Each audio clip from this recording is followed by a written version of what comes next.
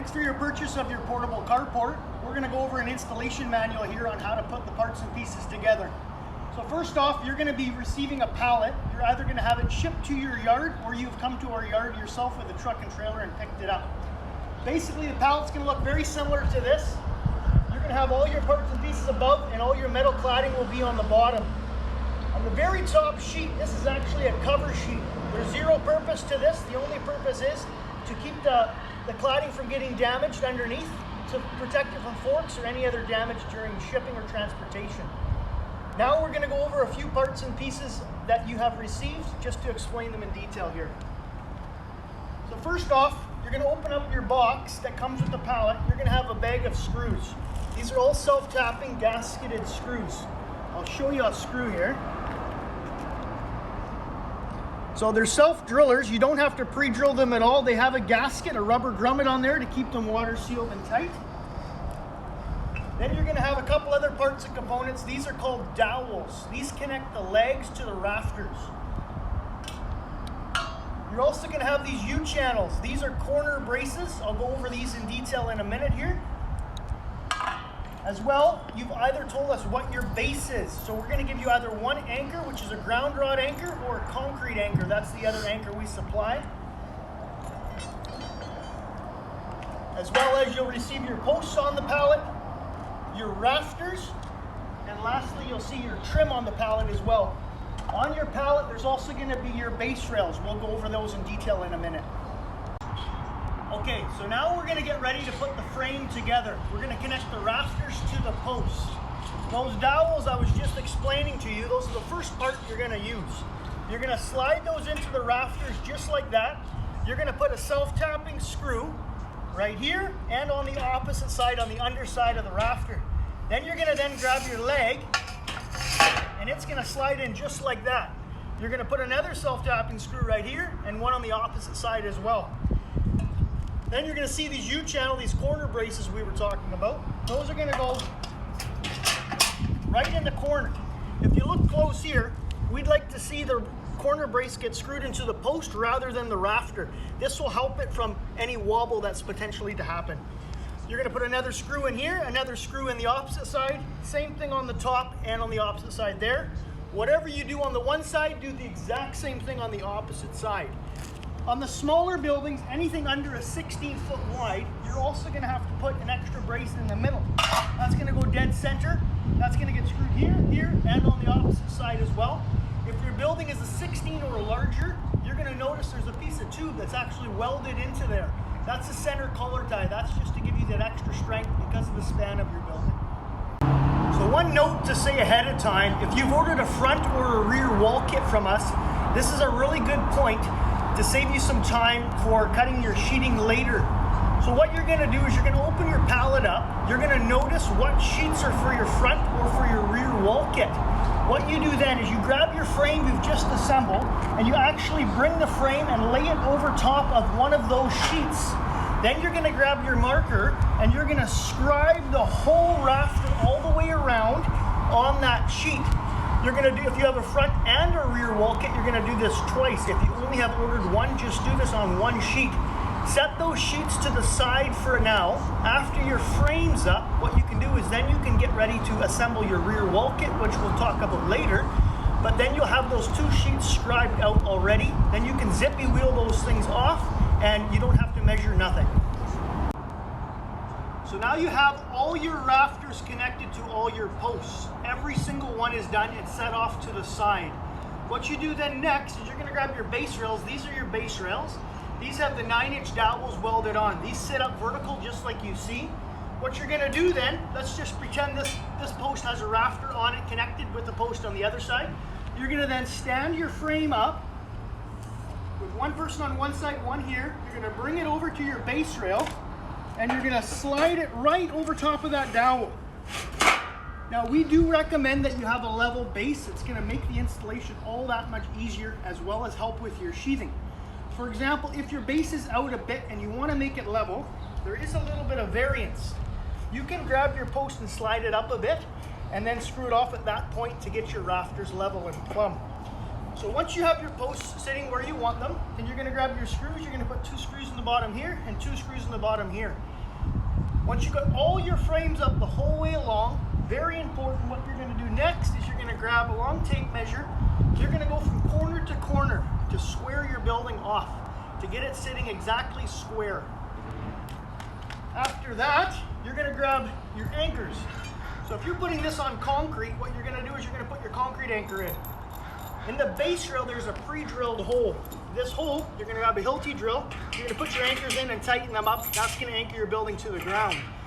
If your base is asphalt, dirt, gravel, you're gonna use your 30-inch rebar anchor. You're gonna grab this and sledgehammer it down. If you're in a really high wind area, what we recommend before you put this in, dig a hole about the size of a fence post hole, put about 2 or 3 bags of wet concrete in there, and then wet set that pin in the concrete. That will help in a real high wind area from anything moving around. So next, after your frame is assembled, you're gonna get ready. If you have a round frame building, we'll start with that. You're gonna get ready to do your cladding. Take one of your sheets off your cladding pallet. So for example, if you've ordered a 21-foot building, your frame itself will be 20 feet long. The sheet will be 21 feet long. So what you're gonna do is you're gonna lay one sheet parallel with the base rail. You're gonna grab your tape measure and you're gonna measure 6 inches past the base rail. You're gonna grab your Sharpie then and you're gonna mark the sheet with an X to know where all the stud locations are. You're gonna do this for every single stud the whole way down. If you've ordered an A-frame building, it's very similar, but instead of laying that mark on your cladding, you're gonna then do that on your hat track. You're gonna lay a piece of hat track down, you're gonna mark 6 inches off of it.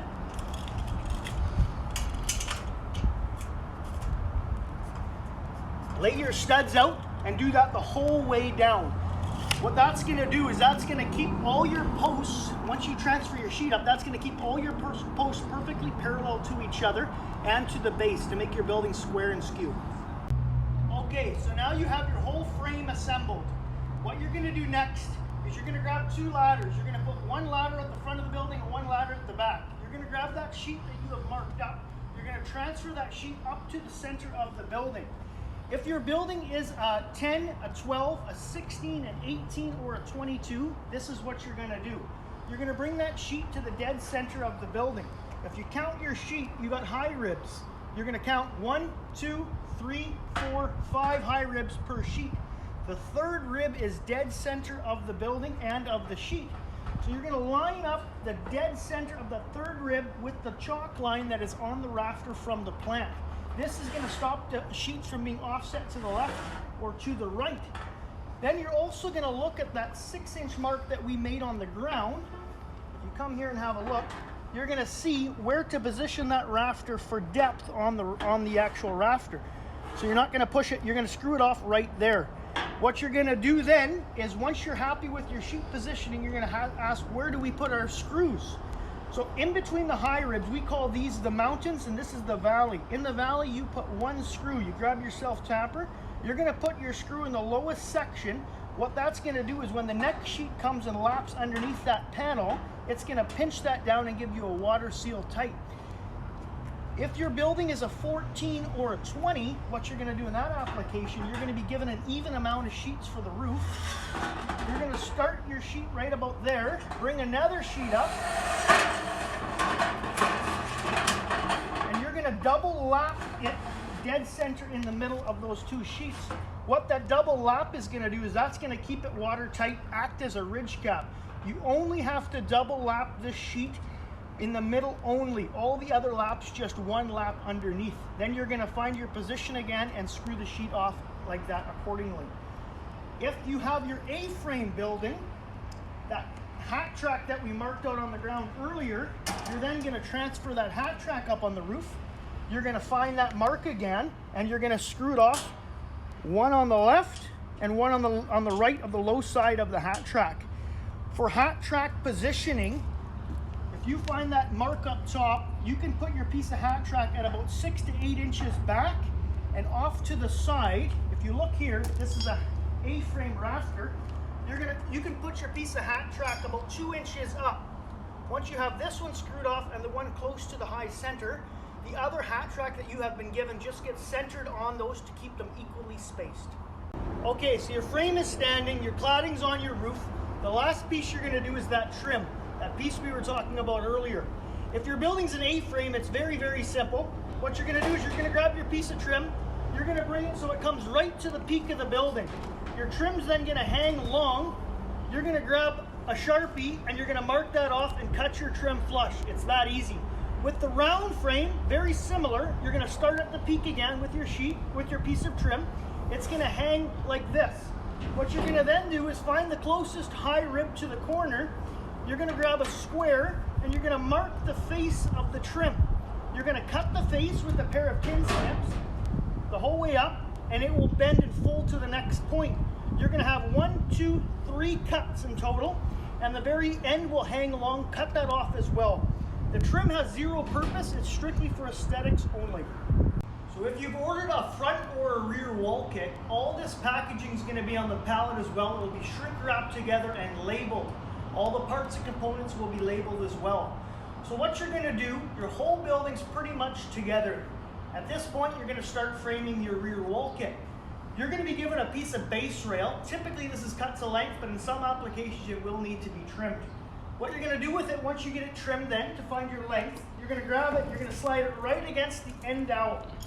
Then you're gonna grab your 90 brackets that will be provided, and you're gonna put a screw right in the corner, a 90 bracket right in the corner, sorry.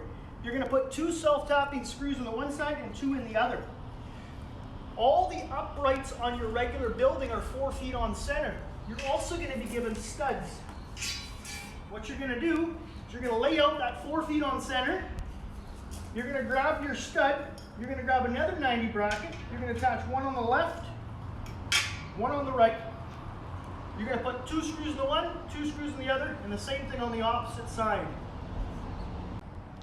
So your base rail on your front or rear wall kit is installed, but in order to determine your height for your stud coming up at that 4 feet on center, it's going to run long and go past. What you're going to then do is find it where it mounts on the bottom, put a level on it, and then come to the top and scribe this post. Take it over to the saw, cut it, put it in position, and then grab your 90 brackets, exactly the same as the bottom, do it to the top. So mount it on the left and on the right with 2 screws per one. So if you've ordered a rear wall kit fully closed in, that's as simple as it is. But if you've ordered a front wall kit, typically we're going to give you other material.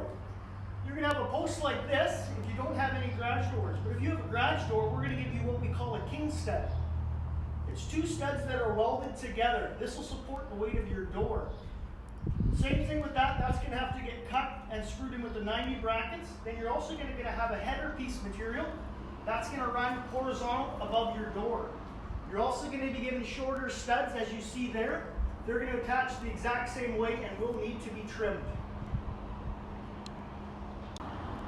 So on your front wall kit, if you have a door opening, the base rail layout's a little bit different as far as your width of your door. So whatever width of door you have been given, we're going to give you a piece of tube on the bottom with a dowel welded on it. It looks very similar to a piece of base rail. We call it a hockey stick. We'll be giving you this long. You're going to have to trim this as well. It gets mounted the exact same way with the 90 brackets and the screws, and then your king stud post will slide over top of that. So if you've ordered side sheeting, whether you've ordered 1 extra sheet, 2, or fully closed in, the installation is identical to the roof as far as the screwing pattern and everything goes. This wall here is fully closed in.